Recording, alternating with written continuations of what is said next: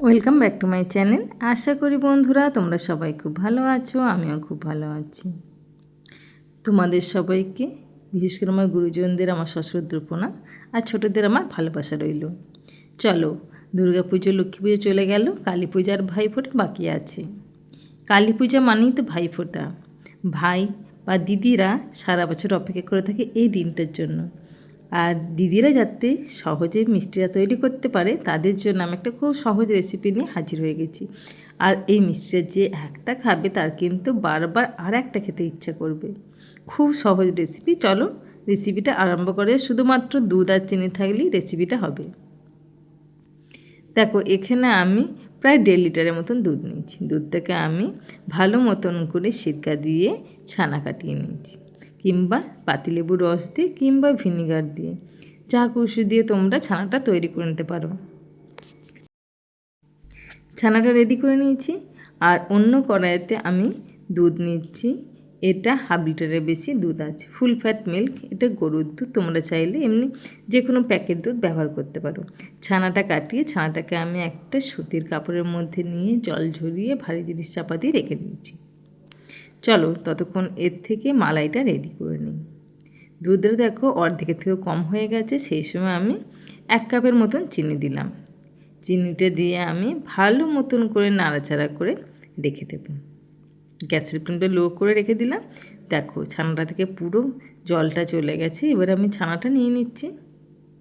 ছানাটা আমি নিয়ে নিলাম, দিয়ে এটাকে আমি ভালো মতন করে হাত দিয়ে মেখে নেব, যাতে কোনো রকম খিচে না থাকে। হাত দিয়ে ভালো মতন করে চটকে মাখলেই কিন্তু রেডি হয়ে যাবে। দেখো এইভাবে সুন্দর করে চটকে মেখে নিতে হবে। দেখো কোনো রকম খিচেনে একদম মিহি হয়ে গেছে। এবারে চলো, দেখো ওই যে মালাইটা রেডি হয়ে গেছে বা দুধের ক্ষীরটা রেডি হয়ে গেছে। দেখো এটা কিন্তু বেশি ঘন করা চলবে না, এটা কিন্তু পাতলা থাকতে হবে। চিনি আর দুধের মিশ্রণটা এটা পুরো কনডেন্স মিল্কের মতন দেখতে লাগছে। তোমরা চাইলে এখানে কনডেন্স মিল্কও ব্যবহার করতে পারো। আর চলো ওর মধ্যে আমি বাকি ছানাটা, যেটা আমি ম্যাশ করে রেখেছিলাম কোনো কিছু ছাড়া, ছানার মধ্যে কোনো কিচ্ছু দেয়া নেই, শুধু ছানাটা আমি ম্যাশ করে নিয়েছি। আর ওই দুধ আর চিনিটা যে কনডেন্স মিল্ক করে নিয়েছিলাম সেটার মধ্যে ছানাটা দিয়ে খুব ভালো মতন করে মিশিয়ে নিতে হবে। এটা কিন্তু একটু ধৈর্য সাপেক্ষ, কিন্তু খুব সহজ মিষ্টি, একদম বেশি সময় লাগবে না। দুধ আর চিনি থাকলে কিন্তু বাড়িতে এত সুন্দর একটা মিষ্টি রেডি হয়ে যাবে। আর মিষ্টিটা দেখতেও কিন্তু ভারী সুন্দর। দেখো এইভাবে স্প্যাচুলা দিয়ে তোমরা একটু চেপে দিলেই ছানাগুলো ভেঙে যাবে। তোমরা চাইলে গ্রেট করেও দিতে পারো ছানাটাকে। তোমাদের যদি ছানা কাটানোর সময় না থাকে বা ছানা রেডি করা না যায়, তোমরা পনির দিয়েও কিন্তু এই মিষ্টিটা অনায়াসে করতে পারো। দেখবে একবার বাড়িতে করলে বারবার সবাই বলবে ওই মিষ্টি করতে। এটা নিয়েছি মিঠা আতর। আমি 1 ফোঁটা মিঠা আতর দেবো, একদম বেশি নয়, ওই জাস্ট 1 ফোঁটাই। কিন্তু দারুণ স্বাদ হবে আর ফ্লেভারটা হবে দারুণ।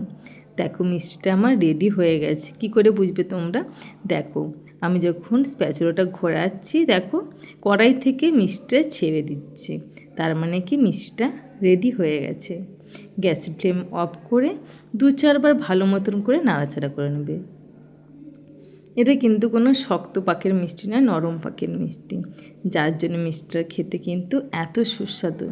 বেশি পাক দিলে ঘন হয়ে যাবে, মিষ্টিটার মধ্যে নরম ভাব থাকবে না। দেখো এবারে আমি এটাকে সেট করতে দেব। এখানে নিয়েছি আমি একটা প্লাস্টিকের ফ্ল্যাট কন্টেনার। তোমাদের প্রায় সবার বাড়িতে এই কন্টেনার থাকতেই পারে, কারণ বলো তো সোনপাপড়ির এটা কন্টেনার। ওর মধ্যে আমি দিয়ে দিলাম বাটার পেপার একটু মিলে, দিয়ে আমি মিষ্টিটা ঢেলে দেব। তোমাদের যদি এরকম ফ্ল্যাট কন্টেনার না থাকে, তোমরা এমনি কানা উঁচু যে প্লেট বা থালা হয় তাতেও মিষ্টিটা সেট করতে দিতে পারো। দেখো মিষ্টিটাকে আমি ভালো মতন করে স্প্রেড করে দিলাম ওই কন্টেনারের মধ্যে সুন্দরভাবে। তারপরে স্প্যাচুলা দিয়ে একটু নাড়াচাড়া করে একটু ট্যাপ করে দিলাম। ব্যাস রেডি হয়ে গেল।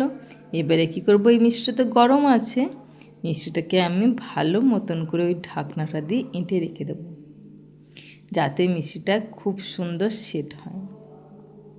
যখন ওটা ওরকম করে রেখে দেবো, দেখবে ওটা অটোমেটিক ঠান্ডা হয়ে গেছে। ঠান্ডা হয়ে যাওয়ার পর একটু ফ্রিজে রেখে দেবে আধ ঘন্টার মতো। দেখবে মিষ্টিটা ওই ঠান্ডা ঠান্ডা খেতে কিন্তু ভীষণ ভালো লাগবে। নর্মাল খেতেও ভালো লাগবে, কিন্তু ঠান্ডা হলে আমার মনে হয় এই মিষ্টিটা বেশি খেতে ভালো লাগবে। চলো ওটা সাইডে রেখে দিয়ে আমি এখানে 4-5টার মতন পেস্তা নিয়েছি। পেস্তাটাকে আমি ভালো মতন করে একদম ছোট ছোট করে চপ করে নেবো বা কুচি করে নেবো। আর নেবো আমি গোলাপের পাপড়ি। গোলাপের পাপড়ি সবসময় দেখবে একটু ন্যাতা ন্যাতা ভাব হয়ে যায়, সেটা আমি শুকনো খোলায় একটু গ্যাসের ফ্লেম লোকে একটুখানি গরম করে নিয়েছি। নেওয়ার পর কী হয়েছে, পাপড়িগুলো পুরো মুচমুচে হয়ে গেছে। ওই পাপড়িগুলো তোমাদেরকে দেখানো হয়নি, কিন্তু একবার করে দেখো, দেখতে কিন্তু ভারী সুন্দর লাগবে। বাটার পেপারটা তুলে নিলাম। চলো একটা বড় প্লেটের মধ্যে আমি সন্দেশটা নিয়ে নিয়েছি। নেওয়ার পর আমি ছুরি দিয়ে ইচ্ছে মতন শেপে কেটে নেবো। আমি এখানে 4 চুকো সব শেপ করেছি। দোকানে যেমন মিষ্টিগুলো ট্রেতে থাকে ঠিক সেরকম। তোমরা চাইলে সাইজটা নিজেদের ইচ্ছা মতো রাখবে। দেখো ভাইফোঁটার মিষ্টি খুব ছোট হলে তো ভালো লাগবে না, একটু বড় সাইজ চাই। খুব বড় দরকার নেই, একটা মিডিয়াম সাইজ। দেখো ওই আমি চাটুর মধ্যে হালকা করে গরম করে নিয়ে যখন মুচমুচে পাড়া হয়ে গেছে বুঝতে পেরেছি, তখন ওটাকে হাত দিয়ে একদম গুঁড়ো করে নিয়েছি। তারপর ওটা ছড়িয়ে দেওয়ার পর গোলাপের পাপড়িটা, তারপর দিয়ে দিয়েছি আমি পেস্তা। দেখো এইভাবে সুন্দর করে সাজিয়ে নেব। দেখো দেখতে কিন্তু ভীষণ সুন্দর হয়েছে। চলো তোমাদেরকে একটা তুলে দেখাই মিষ্টিটা। দেখো থিকনেসটা কিন্তু খুব সুন্দর আছে, আর উপরটা দেখো, দেখি কিন্তু ভারী সুন্দর লাগে। আমাদের তো যে কোনো জিনিস আগে দেখতে ভালো লাগতে হবে, তারপরে তো তার স্বাদ। দেখো এইভাবে খুব সহজে, বেশিক্ষণ একদম সময় লাগবে না, খুব সহজে বাড়িতে তৈরি করে নিতে পারবে ভাইফোঁটার স্পেশাল মিষ্টি। আর যদি একবার তৈরি করতে পারো, সবাই বলবে বারবার করতে। আর বাড়িতে থাকা সমস্ত উপকরণ দিয়ে কিন্তু রেডি হয়ে যাবে। প্লেটের মধ্যে মিষ্টিগুলো সাজিয়ে নিয়ে যখন ভাই বা দাদাকে ফোঁটা দেবে, তারা কিন্তু খুব খুশি হবে যে নিজের হাতে এত সুন্দর মিষ্টি পেলে তো কথাই হয় না। আমরা তো সারা বছর দোকান থেকে মিষ্টি কিনে খাই, কিন্তু এই মিষ্টিটা যদি একবার খাও, সেই স্বাদ কিন্তু ভোলার নয়। আর বাড়ির সবাই বলবে ওই মিষ্টি বারবার করতে। তাহলে বন্ধুরা, আমার ভিডিও যদি ভালো লাগে প্লিজ লাইক আর কমেন্ট করতে একদম ভুলবে না।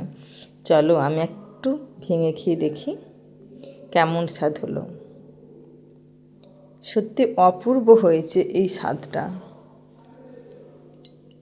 এত সুন্দর মিষ্টি আমার মনে হয় আমি আগে কখনো করিনি। তাহলে তোমরা ভালো থেকো, সুস্থ থেকো।